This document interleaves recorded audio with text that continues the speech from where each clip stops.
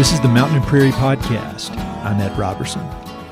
This is a special live episode that was recorded in Austin, Texas in November of 2023 at the 50th Anniversary Endangered Species Act Symposium.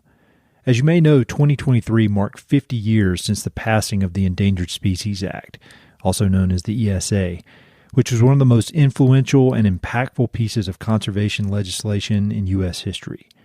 This symposium gathered together an impressive and wide range of ESA experts from governmental, nonprofit, and for-profit organizations, and we spent the day discussing the ESA's fascinating and complex past, present, and future. In this episode, we'll hear from 4 leaders who've worked in the trenches of conservation for decades, and each of them brings a unique perspective on both the challenges and opportunities that the ESA creates for on-the-ground conservation.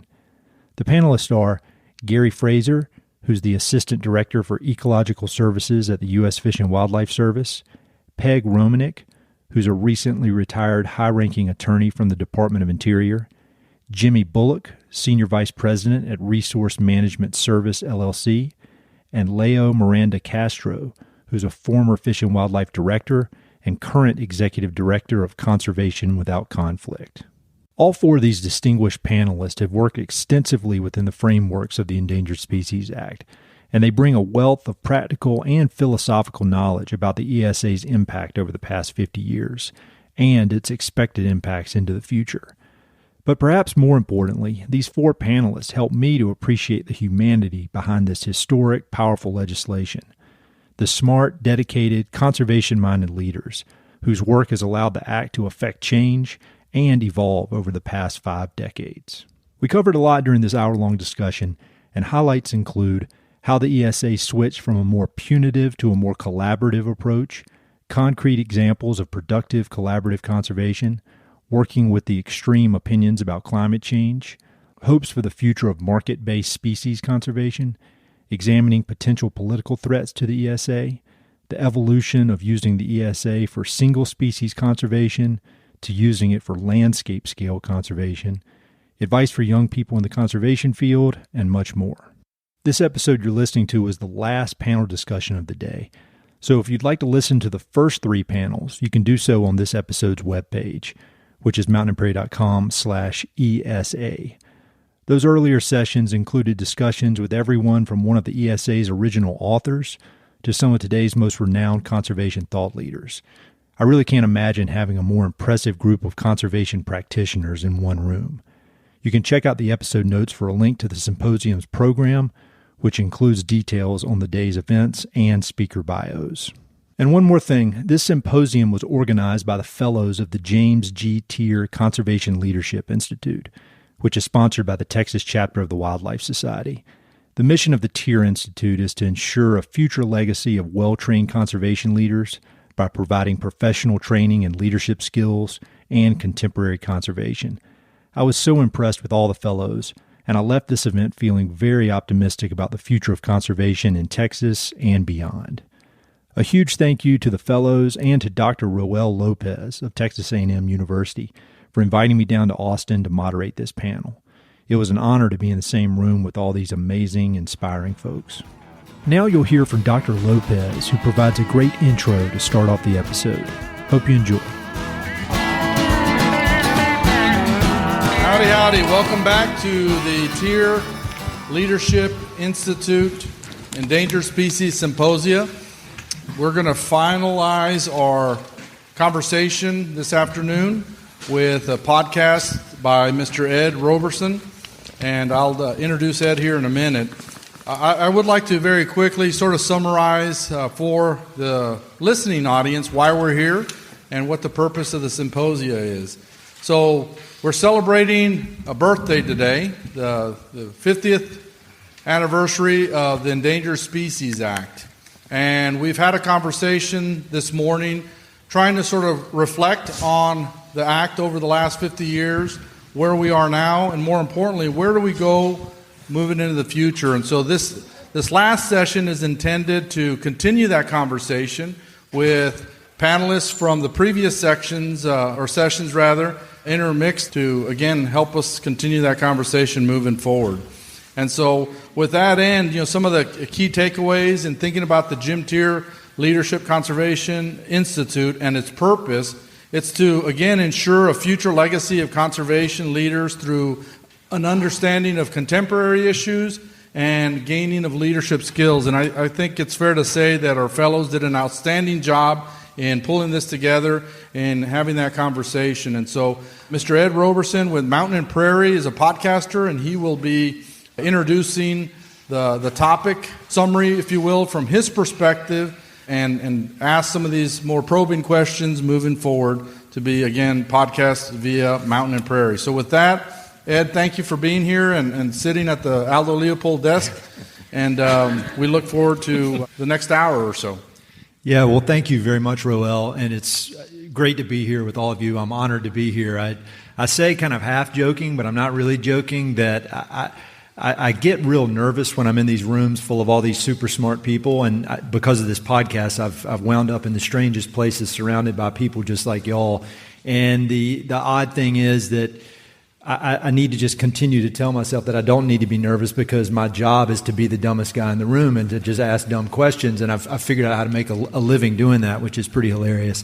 But conservation's near and dear to my heart. It's funny because if you went back in my life 15 years ago, I was on a completely different trajectory. I was getting my MBA with the full intent of being a real estate developer. And I wanted to build big neighborhoods where there were no neighborhoods before that. And through a long series of events and getting to know great people like y'all, I had a change of heart and focused my career on conservation. And so that's a big portion of what I do on my podcast, is talk with conservationists. And I often think that the podcast is an instruction manual to my 23-year-old self.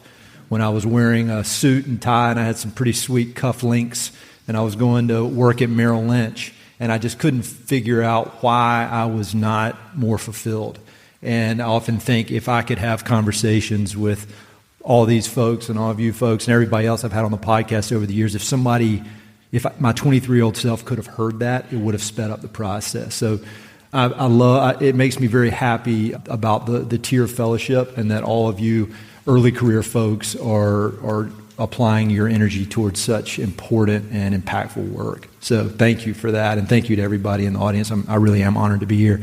As far as this morning, for people listening, we've had a full morning of talking about the Endangered Species Act, the past, present, future. And we've talked about everything from some of the specific success stories to some of the big ideas behind it, and how it's just this amazing new way of thinking about conservation that's had great impact. But when I think about it, again, from the dumbest guy in the room perspective, what I think is very inspiring about it is, and very instructive to people like my 23-year-old self, is it's a story of people. And I think that's what's been very, very clear. We've heard from people who actually wrote the Endangered Species Act on the team of writing it, and then we've had people who have been implementing it, and then we've had people that have been innovating within the constraints. And I think for somebody who may not be familiar with the Endangered Species Act, they may think, well, we're talking about policy, we're going into all these details. But if you really boil it down, it's about people.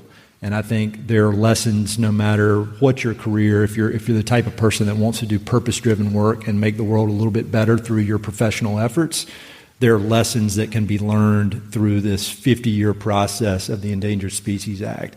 And so I think everybody in the room would agree with that, but I also think that the people listening, even if you don't think you want to know about the Endangered Species Act, this amazing trust of great minds and great hearts that we have here, there are lessons to be learned. So I'd like to just give a quick round of applause to everybody here, because I just really appreciate all the work you've done.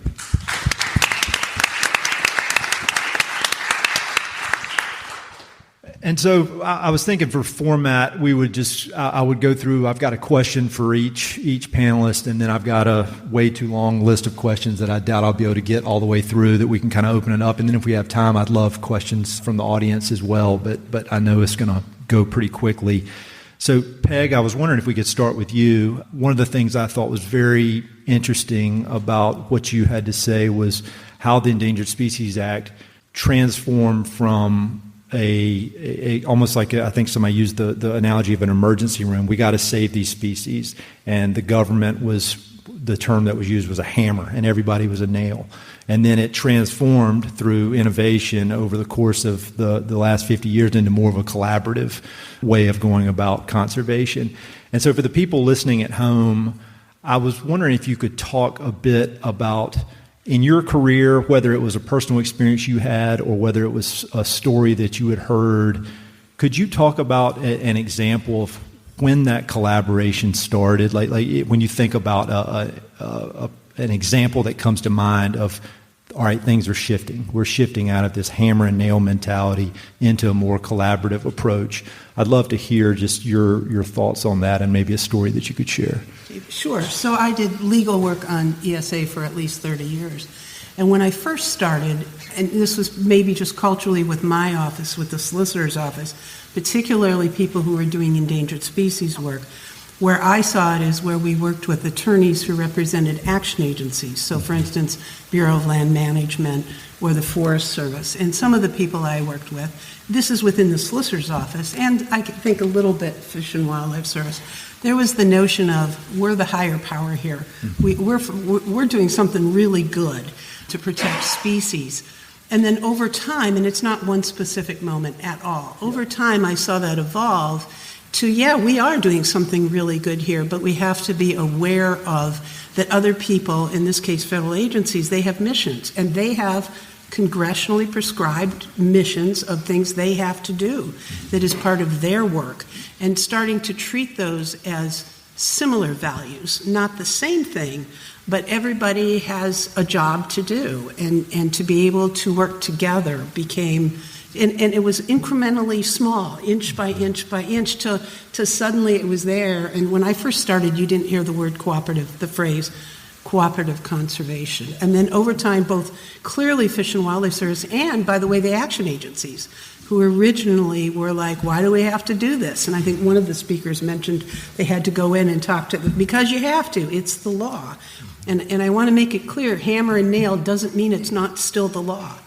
And that would be part of what I would say is, the endangered species is a law. The regulations are not Fish and Wildlife Service and NIMS regulations. They regulate the American public and federal agencies.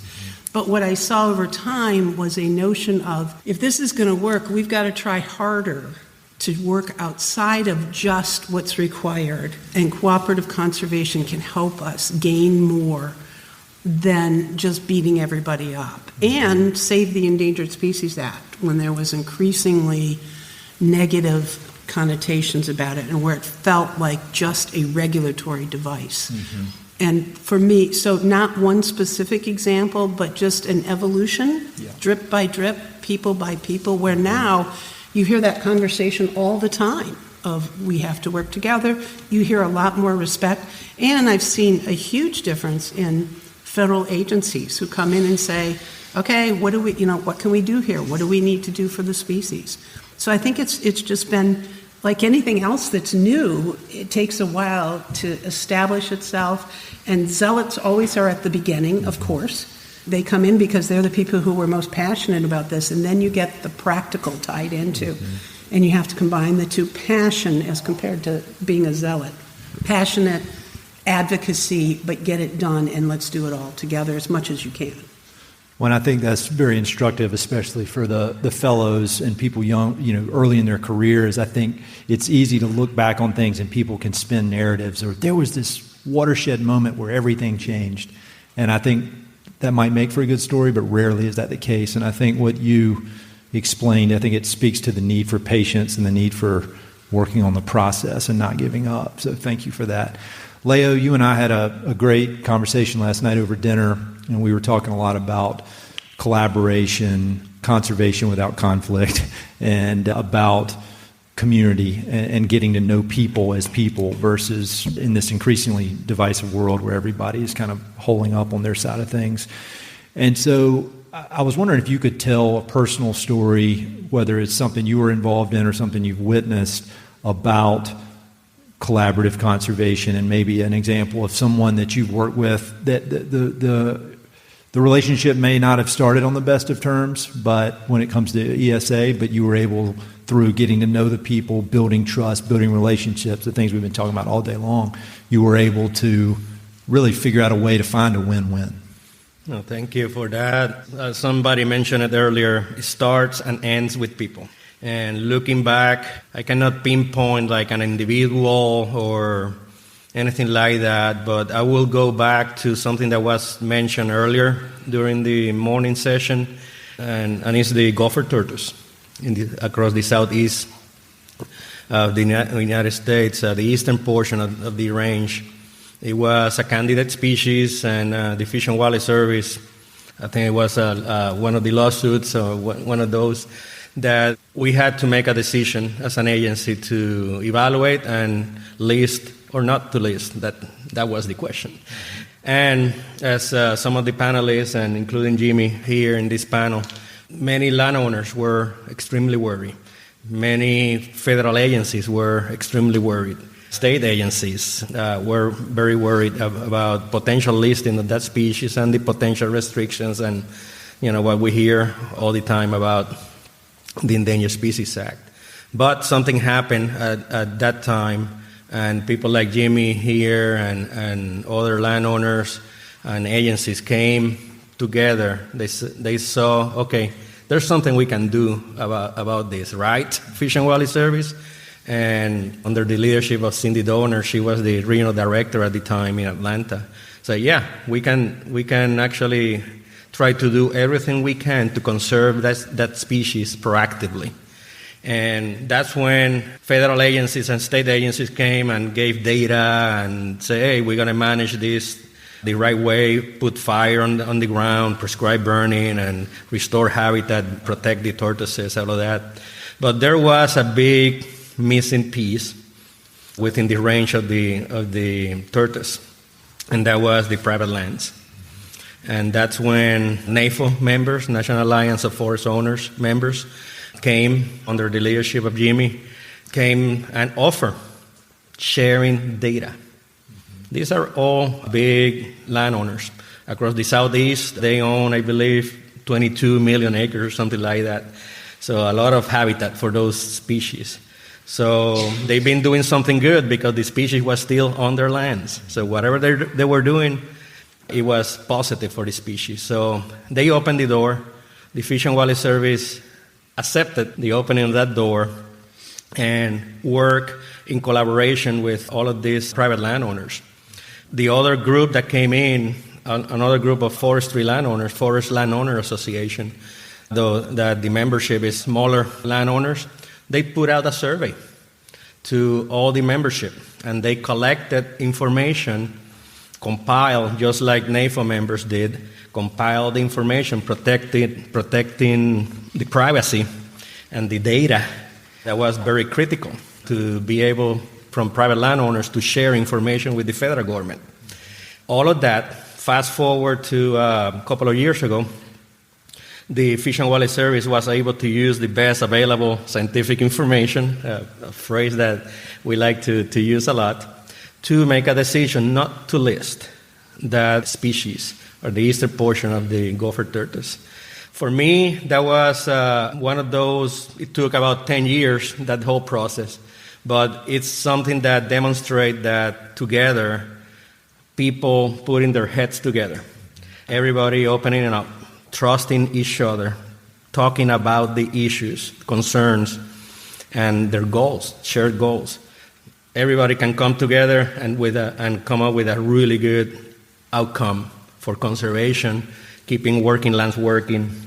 And not only that, that could be used as a model, not as a cookie cutter recipe to do this, but as a blueprint. Somebody mentioned it earlier, that can spark ideas in other industries, let's say ranching, farming, that could use similar approaches to advance conservation and hopefully avoid the listing of species because they're doing actually well. For me, that's something that it was the genesis of conservation without conflict, and that's why that philosophy, we would like to expand it to other sectors. That's great. Thank you so much for sharing that. And I love the idea about making a blueprint that can be exported. I think that's where, obviously, in any conservation project, you want to you want to make a difference at the project at hand, but if you can learn lessons that can be applied, that's where the real exponential power comes. Gary, a question for you. One of the things that I've noticed throughout the day is that, we're in Austin, Texas. I would imagine that we have the full range of political beliefs across the spectrum in the audience. Everybody here is really smart. And the term climate change comes up again and again, and how the ESA is going to be even more important as climate change stresses different species and as the climate changes. But we've got elected officials and large portions of not large portions, but loud portions of society that either think everything in the world needs to be looked at through the lens of climate change, or on the other side, that there's no such thing as climate change. And so when you're, in your job, as that's just a kind of a baseline thing that most people accept, but there are these loud people loud groups on both ends. How do you think about navigating that when there is some question of when there's a loud group of people who refuse to acknowledge that climate change is even a thing? Well, we're a science-based organization, and we make our determinations under the Endangered Species Act on the basis of the best available scientific information, and it is increasingly clear that humans are influencing changes in the climate, and we're making tremendous progress in our ability to predict what future changes we can anticipate, as well as to associate, existing changes in the environment to climate change. So we just stay focused on the science first. But, there's lots of different dimensions to this. Our first step in the Endangered Species Act is to determine whether a species warrants protection under the Act. Habitat loss and fragmentation continues to be the dominant threat to most species. But for at least the last 10 years, I can't think of a single species we've listed that hasn't had some climate-induced change, either that is happening right now or that we can reliably predict is going to occur in the future that poses risks of extinction. It's a factor in almost every listing determination that we make. It's hard, particularly when we are, in fact, predicting future changes.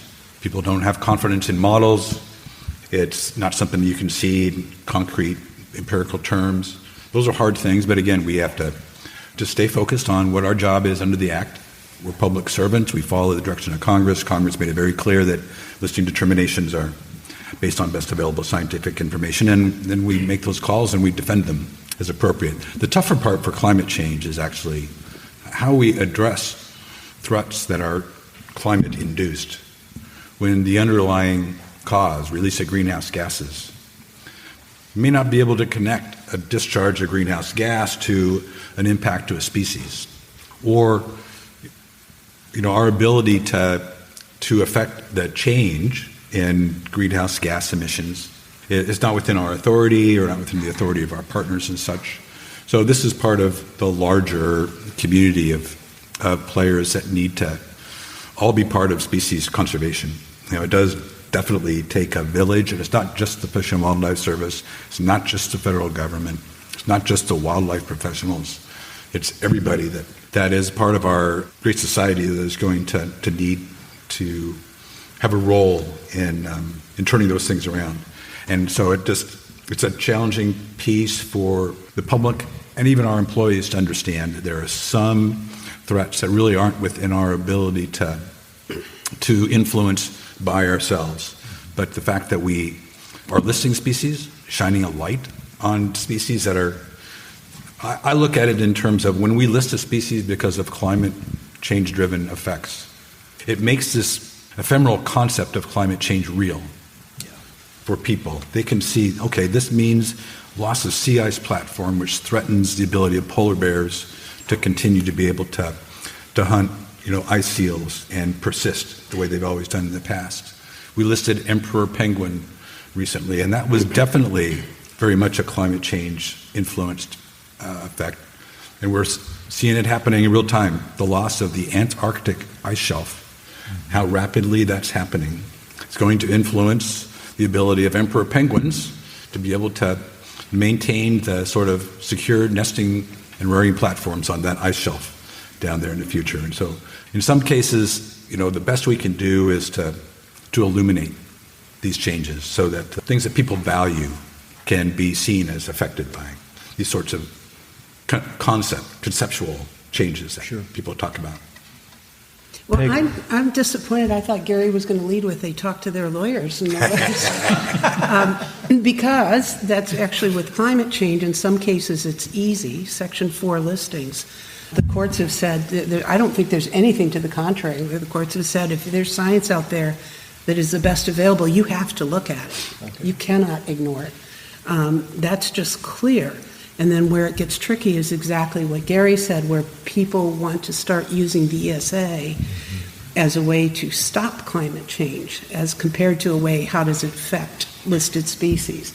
And that's where it gets tricky of whether you have the authority or not. Not to plug my own podcast, but I had the chief scientist from the Nature Conservancy as a guest a few months back, Dr. Catherine Hayhoe. She wrote a book called Saving Us. And it's very, very interesting, very clear science-based book about climate change that I highly recommend. But again, like everything we're talking about here, it is about science, but it's also about people. And I think that's the theme that comes up over and over and over. It's all about people. Jimmy, speaking of people, your name has come up in every single one of these sessions, so I'm glad I got the opportunity to chat with you. One of the things in my career in conservation, before I went all in on being a person that asked dumb questions for a living, I worked in a regional land trust, and my project was a water-based project, trying to figure out how do we share water in a way so that everybody can win. And in my experience, the key is to figure out a way to make it self-sustainable. So you're not looking for grants the whole time. You're not having a fundraise. Figure out a way to make money so that it goes. And I feel like you've had a very successful career figuring out that how to do that within the constraints of the ESA. And so I was wondering for the folks listening, I know we've talked a bit about this already today, if you could give an example of maybe a project that you've worked on that really gave you, maybe one of the first projects you worked on when you're like, all right, I think we may have figured out a way to make this process sustainable, to make it generate enough cash so that it can continue. And then I'd love to hear, what are you really looking forward to? Like, what do you see as the next big opportunity to allow conservation to be profitable and sustainable? All right, well, let me rephrase the question slightly. Private landowners own land for a lot of different reasons. Some, like the landowners I represent, economics are the key driver. Mm-hmm. So the Endangered Species Act, or the looming possibility of species being listed with uncertain impacts on the value of those lands, the risk, if you would, is probably more what we've been successful at addressing than actual cash return. Now, It's real value, but it's not cash. So with that caveat, I'll go back to the Louisiana black bear, because it probably was, I think, a seminal change in thinking for a lot of folks. Again, just for the audience, 1990, northern spotted owl listed as threatened. A lot of different reasons why it became symbolic of a train wreck for the Endangered Species Act. Not all related to the act, but that's what it is. A few days before that, the Louisiana black bear was proposed for listing as threatened. And I mean overnight, coast to coast, newspapers and whatever font heading, Louisiana black bear becomes spotted owl of the South. Mm-hmm. And a group of folks in Louisiana, Mississippi, and East Texas, which is the historic range, came together and said, what can we do to avoid the train wreck? And we all agreed the bear needs conservation attention. There was a group of people lining up to fight if the bear wasn't listed. There was a group of people lining up to fight if the bear was listed. And we just said, let's conserve the bear. We're not going to take a position on listing. We're going to focus on the bear. And from that came the Black Bear Conservation Committee, which in its heyday was 70 organizations, public and private, working together from the grassroots up to conserve the bear. And it became a successful model of collaborative conservation. And there are a lot of reasons why: true partnership, political support from all sides of the aisle, incentives for landowners who could do things to promote bear habitat, and just the notion that landowners at heart are very good stewards of the resource. Just give them the opportunity. 2016, Louisiana black bear was delisted, and the partnership between public agencies and the private sector was given as one of the reasons why. So that became a very successful model. It was replicated in Maine with Project Share for Atlantic salmon. It was replicated for cerulean warblers in the Appalachians. It was replicated for many other species across the country. But what it really has a direct straight line relationship is the National Alliance of Forest Owners Wildlife Conservation Initiative, which now is directly involving 46 million acres of land, indirectly involving tens of millions more, in the idea that private working forests help conserve species. Mm-hmm. And that has taken a lot of the risk of the Endangered Species Act off the table, because working together help us understand what the species needs and let us as landowners figure out how to get to that solution. Yeah. And that's been the sea change. And is anything, and this could be for anybody on the panel as well, similar, do you see anything in the future that you're very excited about? Maybe it could just be an idea, but a way, kind of a market-based solution that could be the next big thing in the next 20 years? Anything that you're super excited about? Well, I'm super excited about folks are coming to grasp if the Endangered Species Act doesn't say you can't do it, well, you probably can. Yeah. And so instead of figuring out what we can't do, we're starting to figure out what we can do. If you can imagine it, you can do it. So the new tools that are coming out, I think, are going to be more powerful than the old tools, and they're going to be easier to administer, and they're going to be more inviting for the private sector, whether you're a rancher, a farmer, a forester. Conservation without conflict is kind of the poster child for that movement. From an economic standpoint, biodiversity crediting, that's coming. We know it's coming. We don't know what it looks like, but we know it's coming. And Endangered Species Act, even though it wasn't written to address biodiversity, it's largely about saving the habitats that so many species depend on. And if we can get the biodiversity piece right, then we're going to avoid the need to list a lot of other species or help species recover. So I think biodiversity credits, and figuring out a true way to value those in the marketplace could be the next economic thing. I will add, thank you for those words, Jimmy. I will add that looking at the fellows here, I'm very excited about all of you, because early on your career, you are actually hearing about collaborative conservation.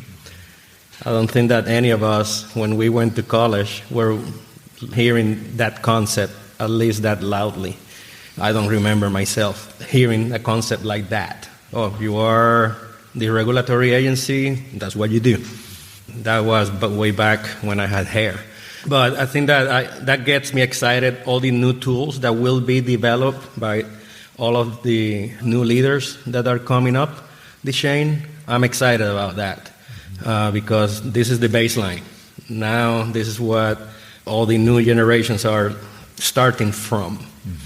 And, we can think about the tools that are coming and are in the works, but I'm looking forward to the new ones that we cannot even think about it. Sure. So it's now on the hands of the new leaders. So I'm excited about that. I love that. Another question, I do my best to not watch the news and not let all that crazy info just pollute my brain, but it still leaks in. And across the board, here in the United States, there are laws or societal norms or legal legislation that people have just assumed is locked in.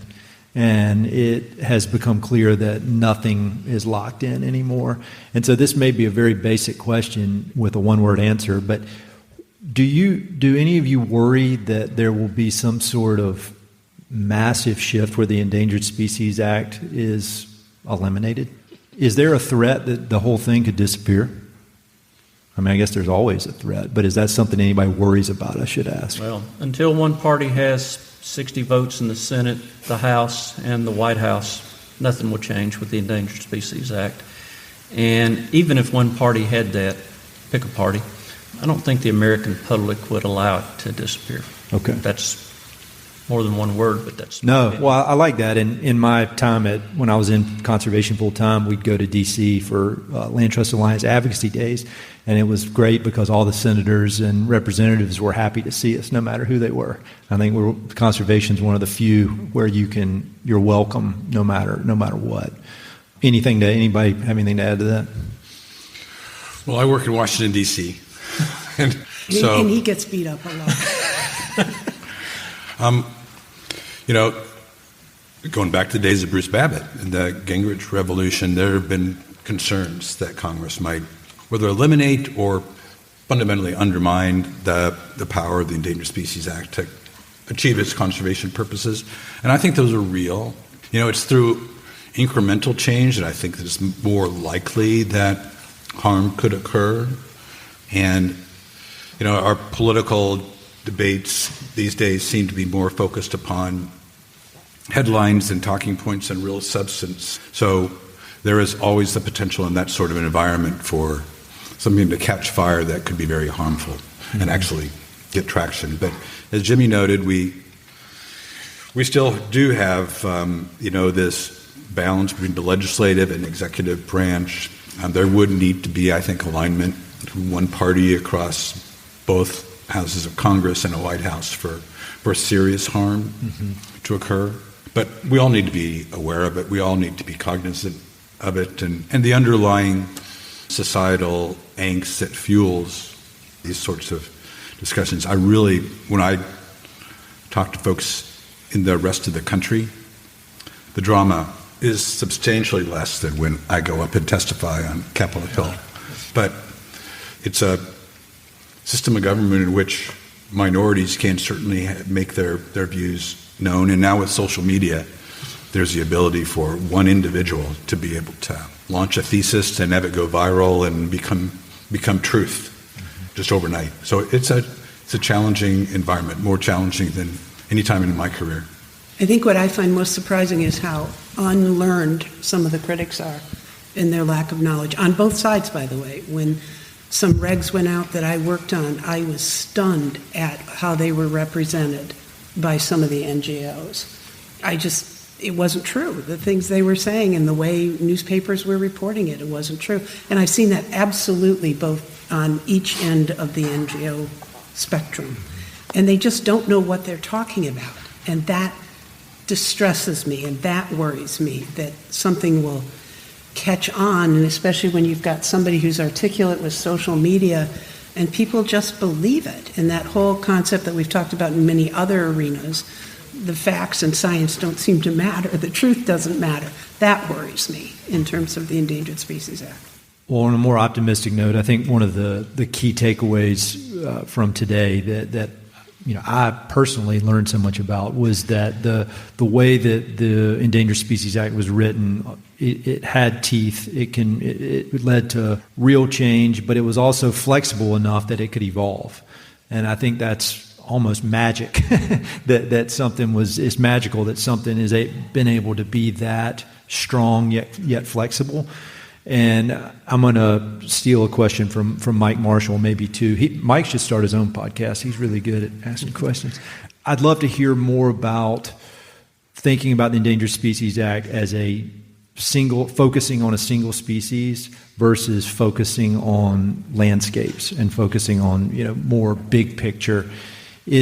How do y'all see that evolving over the next, say, 10 years? Do you see? Would there actually be changes to the act, or do you think it's just flexible enough that it can continue to evolve as it has and it be productive and effective?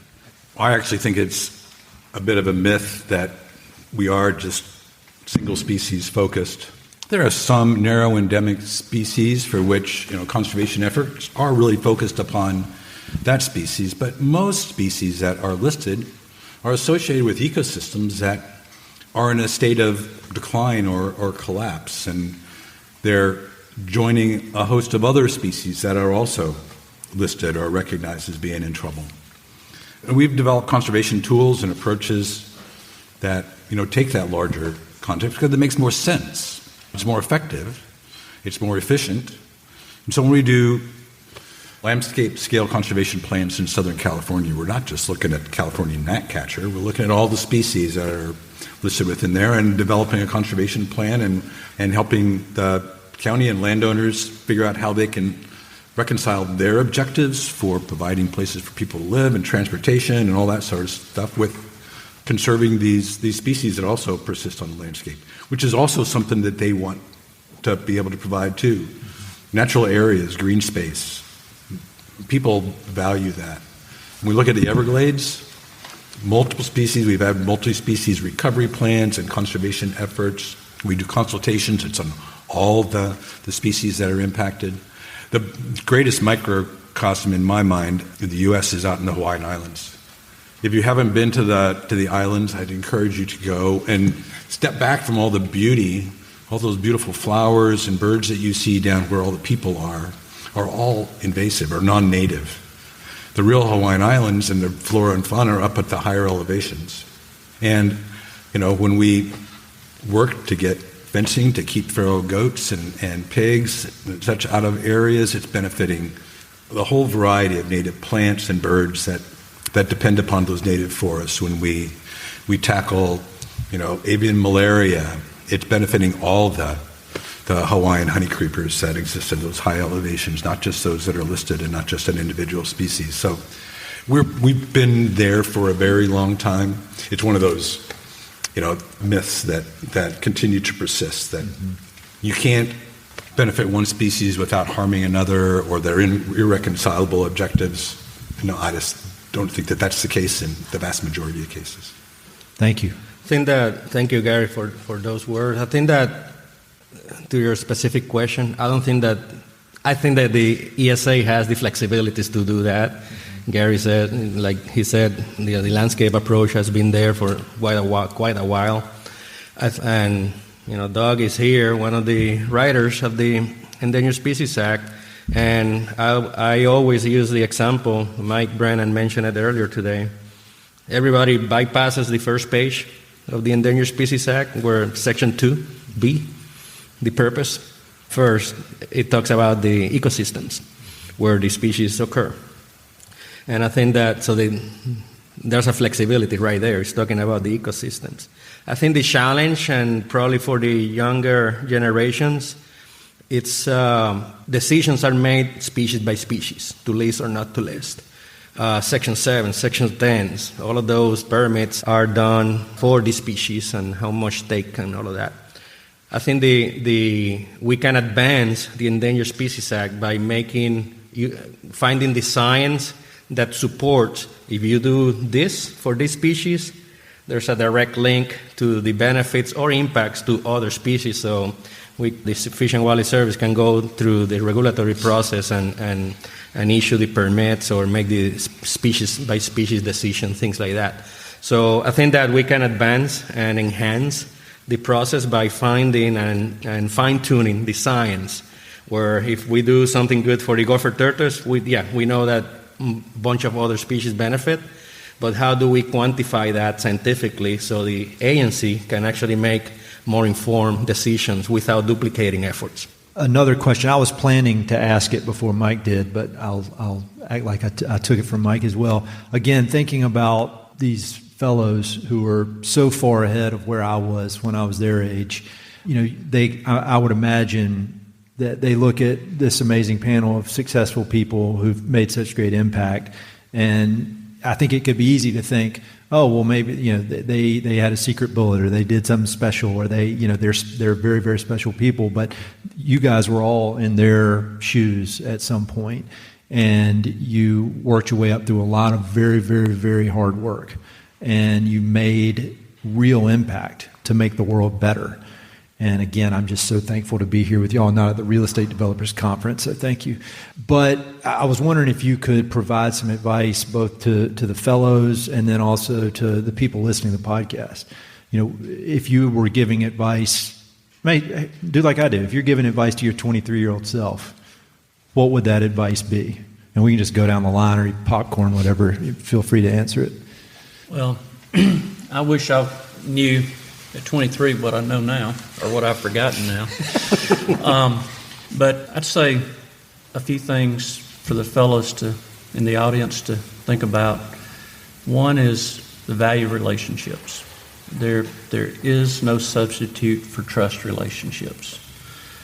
If Gary Frazier calls me and says, Jimmy, XYZ is going to be the outcome because, then I accept it. I trust Gary. And it takes a long time to develop trust relationships. And if you ever break that trust, you've lost the trust relationship. So that would be one. Be willing to listen. Wildlife in this country is publicly owned, but if you're east of the Mississippi River, 9 out of 10 acres are privately owned of the habitats that support those species. It's probably not that dissimilar in Texas. Out west, it gets a little bit different. But when you go to a landowner to visit and try to understand what they want to accomplish, listen before telling them what you hope to accomplish, and then try to weave those two together. And there's sometimes that a landowner may say, can you come back tomorrow because, hey, I've got to go to town and get a part to fix my tractor because I got to be plowing at daylight. You just have to understand that and don't fight your way through that. The third piece is be willing to take risk. You've heard that a lot today. And many of you will supervise people at some point in your career. When you supervise somebody, don't penalize them for taking acceptable risk. If you're not failing every now and then, you're not taking enough risk. And I don't mean crazy things, but acceptable risk. Perfect should not be the enemy of the good. If you can get 95% of what you want, that's a whole lot better than 100% of nothing. So, just a few thoughts there. We need to write a book with all this advice and publish it. Okay, so I'll start with most things really aren't about you. And if you can remember that, it really gets you out of the picture. Your own personal ego, your own personal agenda. And that, I wish I had known that at 23. I wish I had been a better listener at 23, 33, and 43. I think at 53 I hit it pretty well. That's when I came into my prime, so to speak. Many of us, when we listen, we're already forming our answer in our head. And that's just a bad habit that I think almost all of us have. And somewhere along the line, I learned to stop and just listen to what somebody's saying. And it's okay to say, I need a minute to process that. Learn it, it's okay. That was a big thing, too, for me to learn to say, let me think about that. I don't have to answer that right now. And that gives you room to be creative. It gives you room to say, just because I haven't thought about it doesn't mean that's a bad idea. You don't go to the immediate no, the immediate we can't do. Here's all the reasons we can't do that. And so I think that pausing, actually listening and pausing for me was a game changer in how effective I thought I became. Thank you. So I would just encourage you all to not allow yourself to ever get jaded about the work you do in conservation. You know, you got into this because it's a passion and for some capacity. It's certainly a passion for me, but when I first went to college for this, I like to hunt and fish and wander around and see if I could get a job doing this. If I could be a quail biologist. Nothing wrong with quail biologists, but I died and gone to heaven. There is more that can be done, and even quail biologists have a very important role to play. The best lesson I learned on how to survive and grow and relish a job in conservation was by working for a summer in a job completely unrelated to that. I worked for a manufacturing plant. I staged an assembly line. I did exactly the same thing for 8 hours a day. I worked there for about 6 weeks. It felt like 6 years. And it was something that, I've never lost on that. When I do this work now, every day there's another impossible challenge ahead, but it's work that's meaningful. It's meaningful to the public that we serve. It's meaningful to the natural resource we care about. So never let yourself get jaded about, this task that you've got to do. It's part of a noble cause that the public values and cares about. Thank you. Well said. I will add, I agree 100% with everything said, so ditto to that. I will go to and highlight listening to people, understanding, walking a mile in their shoes, but also establishing relationships, those mentor-to-mentoree relationships we heard earlier, but take it a little bit further. And even right now, early in your careers, you can mentor others because you're already a leader. So you can provide feedback. So provide that baseline for the people that are coming behind you can get a little bit of a head start. I had many wonderful mentors, angels, I call them. One of them was mentioned earlier today, Sam Hamilton, that when I started my career, I couldn't speak a word in English. And he put me in charge of a big project trying to establish a refuge in Puerto Rico, Rio Encantado. And I came to his office in Atlanta, first time I was in Atlanta from Puerto Rico. And I was so nervous that I couldn't speak at all. And we were talking, Emma, earlier about that. And he said, no, calm down. Your English is better than my Spanish. That calmed me down. Anyway, but that was one of the first interactions, and that he helped me advance my career, open doors, all of that. Brian Arroyo, present here also, another good, those angels. Mamie Parker, many others. I cannot list all of them. So my advice, my ask is that do that now and pass it over, because you're going to be sitting in all of our chairs pretty soon, and people will be looking for your advice and mentorship. So pass it on. Take the time. It's worth it. So, I'm too busy. I need to write this regulation or answer these many emails or answer to the shareholders. Nah. Build those relationships and spend time with your future mentorees, because it's worth it. And that's how you're going to advance conservation and secure the Endangered Species Act and secure as many species as we could. Keep it up.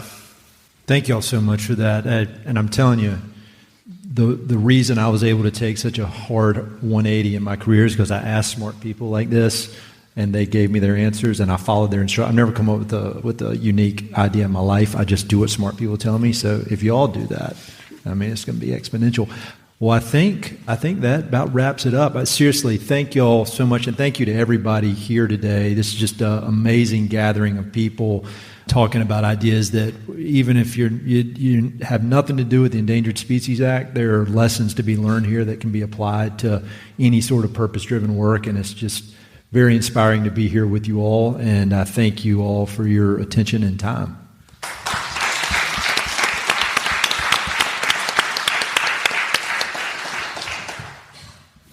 All right, so let me start by saying thank you, Ed, for the time and the questions and kind of summarizing and reflecting on today's symposia. I think we've gathered a few takeaways, key takeaways, primarily the flexibility, the importance of relationships, the adaptability of the Act and so forth, and moving forward for the next 50 years.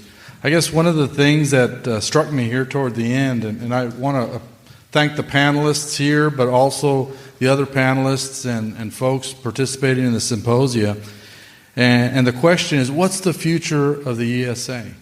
We've reflected on what ESA, when Doug was in that small storage room in the bowels of the Department of Interior building, and the drafting of the Endangered Species Act to the implementation and evolution over the last 50 years. And the answer to the question, what's the future of the ESA, it really goes back to the mission of the TIERS Fellows Program, meaning it's ensuring and preparing the future generations, the future conservation leaders. That's struck me here toward the end, and that's the answer. It's not, I think we talked about some of the tools, flexibility and relationships. Those are means to the end, but the end itself is the young, early career professionals that will carry the Act forward for the next 50 years. So thank you for that, and thanks for that reminder. I think the ESA offers us a framework, most certainly. It's a timeless framework. Thank you, Doug Wheeler, again, and your colleagues at the time. And we mentioned a great conservationist, Aldo Leopold, and his quote that I took from Chad Ellis with TALT: conservation will ultimately boil down to the rewarding the private landowner who conserves the public interest. Another great conservationist is the Lorax, where the Lorax says, I speak for the trees have no tongues. And for the fellows here today with us this afternoon, I think you are the Lorax in carrying forward ESA. And so we appreciate that and look forward and have confidence in your ability to move forward. So at this time, I'm just going to say a few thank yous, and then we're going to go to the patio and enjoy why we're in the business of conservation. Go outside and enjoy the sunshine and each other's company and relationships and so forth. First and foremost, thanks to the panelists. We had a star-studded lineup. They made their way to Austin, Texas, to the Lady Bird Johnson Wildflower Center, and we appreciate their time and willingness to come share their thoughts and more importantly, touch the future leaders of ESA implementation. I'd like to thank our sponsors, East Foundation, Jason Sawyer, Department of Defense Natural Resources, Texas Parks and Wildlife Foundation, the Hershey Foundation, NRI, the Texas chapter of the Wildlife Society, Caesar Kleberg Wildlife Research Institute, the Temple Foundation, Steve Jack, with us today, Plateau Land and Wildlife Management, Shane, thank you, Bowman Consulting, Emma, thank you, DNC, and of course the Welder Wildlife Foundation. So it's through their generous support that we were able to pull our panelists together and secure the venues for this conversation the last several hours. So thank you to them, and a big round of applause to them.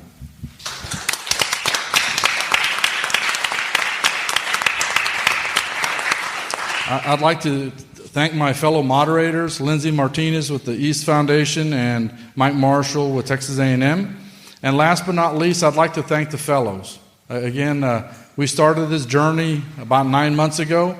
I will tell you this, I told the fellows, I'll help you, but I'm not going to do it by myself. And I didn't do it by myself. I had tremendous help, and they did an exceptional job. So again, a big round of applause for them in pulling this off. All right, so a couple of next steps. We're going to record the podcast. We're going to work on the manuscripts. We're going to work on the symposia. Bruce Beard, you had a question? Yeah, I just wanted to, we've talked and we've mentioned Aldo Leopold several times. I just wanted to recognize the genesis of this event. Buddy Huffaker, who's the executive director of the Aldo Leopold Foundation, visited D.C. and actually went out and had lunch with Jim Van Ness. Jim Van Ness is a retired senior attorney at the Department of Defense. And it was the two of them that mentioned, and this was like 12 months ago, that this was going to be the 50th anniversary of the Endangered Species Act, and just wondered whether or not anybody was going to do anything. Of course, there's been a lot of things that have happened, but from that conversation, Jim Van Ness called me, I called Roel, and you dear fellows paid the price. So I just wanted to do that. So that concludes our symposia. Again, thanks to everybody. And if you'll help me, maybe we could all come down, take a group photo, and go outside for drinks. How's that sound?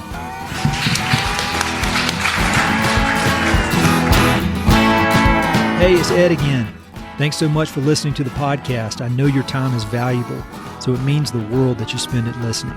If you want to support the podcast and help it to continue to spread and grow, there are a few ways you can help. Number one, pass it along to a friend or share it on social media.